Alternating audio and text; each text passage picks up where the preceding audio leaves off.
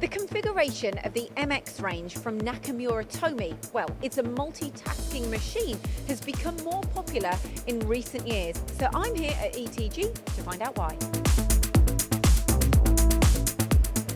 I'm here with Steve from ETG. Now, Steve, the MX100, it's not the only model in the range, is it? No, so this sits right in the middle of the ATC range from Nakamura. There's actually a new development coming through shortly that we can share with the viewers. But this is a 100 size machine, and currently we go all the way up through to a JX250. And we hear multitasking so often, but what does it actually mean? So multitasking, as we take a journey through the machine, majority of the customers will all have a standard bar feed from the left-hand side, which is a standard configuration. Yes. And then we come through to the machine itself. We've got 2 spindles and 2 turrets, an upper ATC head and a lower fixed turret. But your turrets are different. Completely different, yeah. So the lower turret is what we classed as a fixed head.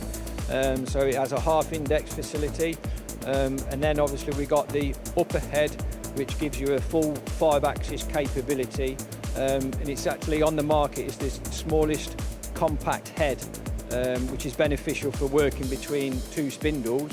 Because obviously when we are over at 90 degrees, we want that clearances between the two spindles. So we have a left spindle naturally, which is for all our Op10 machining. The benefit of this naturally is both turrets can work on that single spindle simultaneously, and then we'd obviously transfer over to the right spindle, where again both turrets can work on that right spindle simultaneously. So no matter what upon the operations, we have the flexibility of the upper head and of the lower turret being able to work on either spindle. Okay, so you're talking about superimposed machining, is that right? Yeah, superimposed machining, balance turning, pinch turning. They're all, in the multitasking world, these are all common cutting themes. I hear that a lot with sliding head machines. Yeah, so basically it's the number of tools you've got in cut at any one time. Naturally, we have that facility with the upper and the lower head. And what's the power on the spindles? So we have 16 kilowatt on the main spindles themselves, and then on the upper head we have 11.5 kilowatt. And is there something unique about the build here? Yeah, so the very key factor for us is the Y-axis movement on our ATC range of machines. So as you look at the machine, you would be under the wrong impression that it is a RAM type configuration. Mm-hmm. It's very much so that the head is fixed onto a large casting base.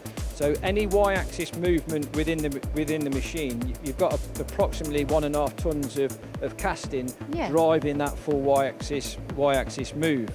The benefit of that, any machine that we're making on either spindles, we actually put a brake on the main spindle itself, and then any Y-axis movement itself is all coming from the machine build itself, as opposed to any C-axis rotation. And how many axes has the machine got? 11 in total, but there's 2 secret axes that I'd like to walk you through. Secret axes? Secret Okay. axes. So if we focused on the right-hand spindle, where we're going to take the finished part from, sitting above it, we have what's called our compact loader. Okay. So the compact loader has the facility, while in machining cycle, to come in and take the finished part from the sub-spindle and place it on our outfeed conveyor. But there's an in here. So that's a different situation. So with the in-feed conveyor, we have the option to load billets. So how we've just discussed a bar feed, where they've obviously customers loading up metre and a half bar, all the way through to a finished part being taken out and put onto a finished conveyor. The customer also has the flexibility of billets, loading billets. So I guess for me, you've got the lights out run as well. Yes.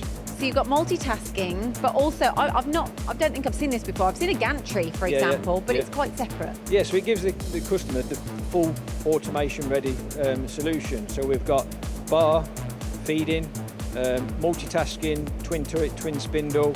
We can take the finished part out during cycle. Then we've got the option for an in-feed, out-feeding conveyor for billet loading. So I've got to ask you the question, who needs this then? Who's after this?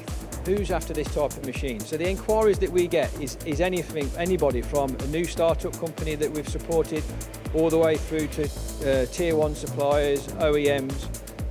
So a machine configuration like this, because of its milling power as well, a lot of customers are leaning towards having the flexibility of milling and turning, billet loading, bar feeding, multitasking. It ticks a lot of boxes for any customer. You hit the nail on the head, flexibility. Thank you, Steve. This is the MX range from Nakamura-Tome and ETG.